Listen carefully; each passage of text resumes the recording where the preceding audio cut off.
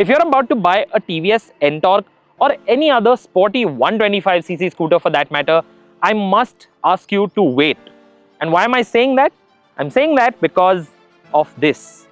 This is the Hero Xoom 125. It's been a long time coming, but we've finally had a chance to ride it this morning. And over the course of the next few minutes, I will tell you why you need to ride this before you make up your mind. My name is Amaan Ahmed.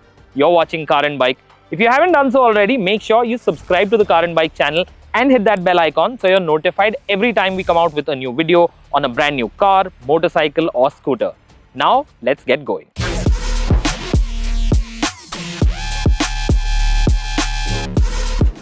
To be able to capture a potential Ntorq buyer's attention, the first thing Hero needed to do was make a statement with the design of the Xoom 125, and I think they've really nailed the brief. This is definitely Hero's best looking scooter at present, and it might even be one of the best looking two-wheelers in Hero's entire portfolio. What I like about it is aggressive and purposeful, but it isn't over the top, and it's very easy to do when you are designing a product like this. Hero says it has used the Falcon as inspiration for the design and styling of the Xoom 125.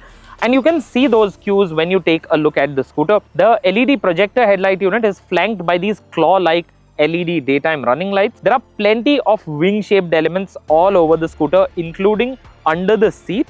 And the upswept side panels too look really nice. What also adds to the Xoom 125's road presence are its large wheels and tires. So the Xoom 125 is the only scooter under 1 lakh rupees to get 14-inch wheels both at the front and at the back, and it also has the widest tires that you can get on a scooter at this price point. It has a 110mm wide front tire and a 120mm wide rear tire. In my view, this is now the best looking 125cc scooter on sale in India. But what's your opinion? Let me know in the comments. Now let's take a look at how practical this scooter is.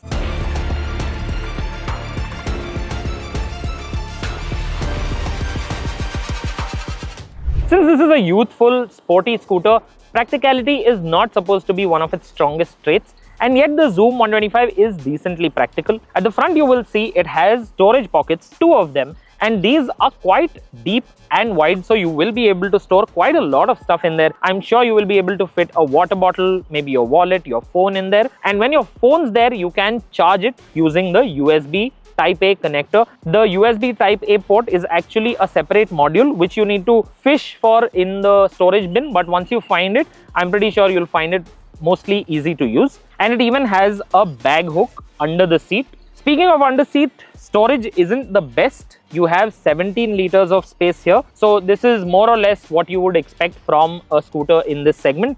The storage area is also not flat, so you will not be able to fit a lot of items in here. And while half face helmets might fit, you will never be able to fit a large full face helmet in there, though there is a boot light, so that is a handy touch. And the Xoom 125 has a nifty feature, which is an external fuel filler lid, something that is missing on the Xoom 110. And it also has an audio buzzer. So the moment you open the lid, you hear the buzzer going off. And once you've refueled, if you forget to shut the cap, the buzzer will continue to ring so that you know that the fuel filler lid is open and you need to shut it. So that is a really welcome touch.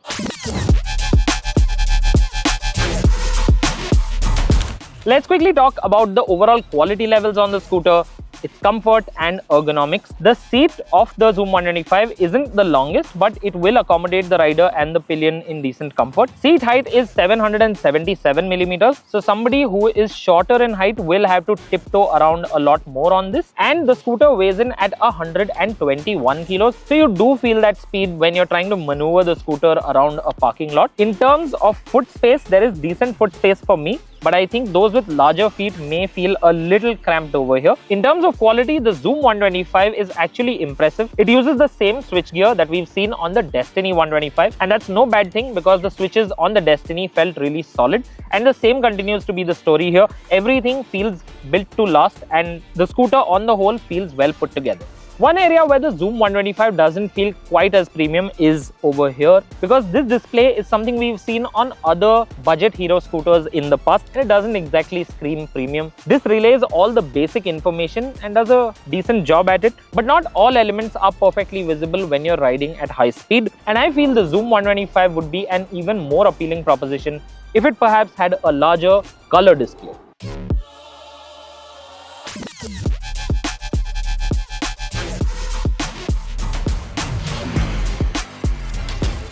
But it is in the performance department where the Xoom 125 really needs to shine if it wants to lure buyers away from the TVS Ntorq.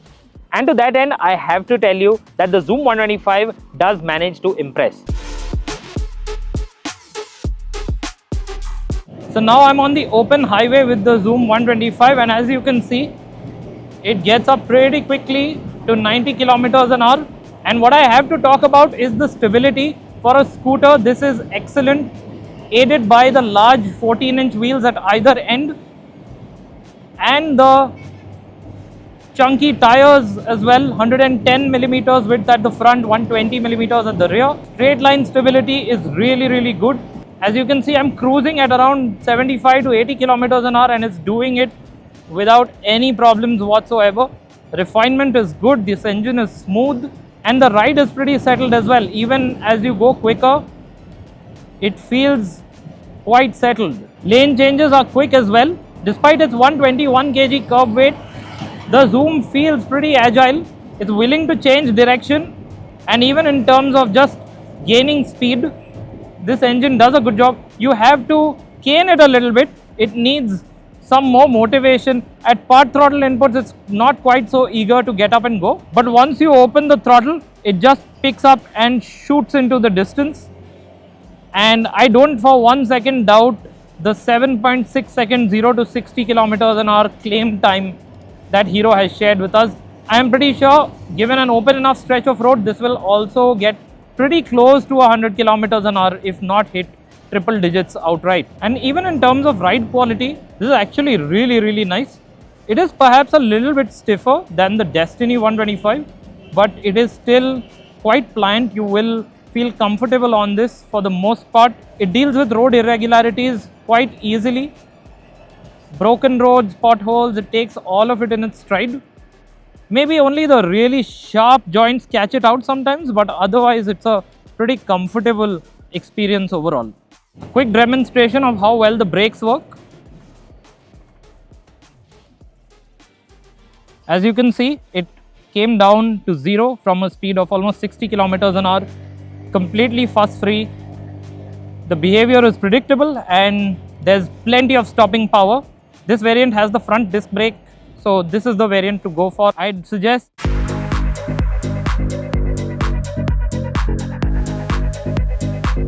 So let's quickly talk prices. The Xoom 125 starts at around 87,000 rupees. So it's priced on par with the entry-level TVS Ntorq, and the top variant is available for roughly 93,000 rupees. That makes it around 5,000 rupees cheaper than the Ntorq Race XP. And there are two variants of the scooter. The base variant misses out on a disc brake. It also does not get Bluetooth connectivity and is available in just 2 colors. So I think the choice there is clear. You should go for the top variant of the Xoom 125.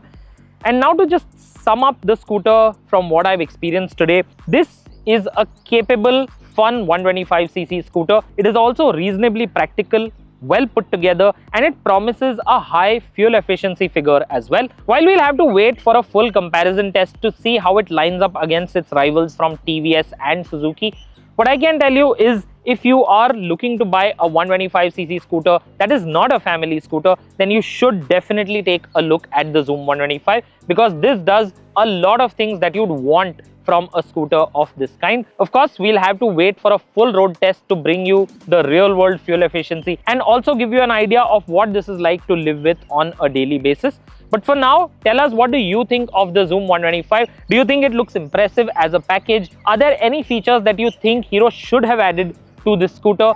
Let us know all of your thoughts in the comment section. If you enjoyed watching this video and found it informative, then remember to give us the thumbs up. And if you know somebody who would be interested in the Xoom 125, then remember to share this video with them.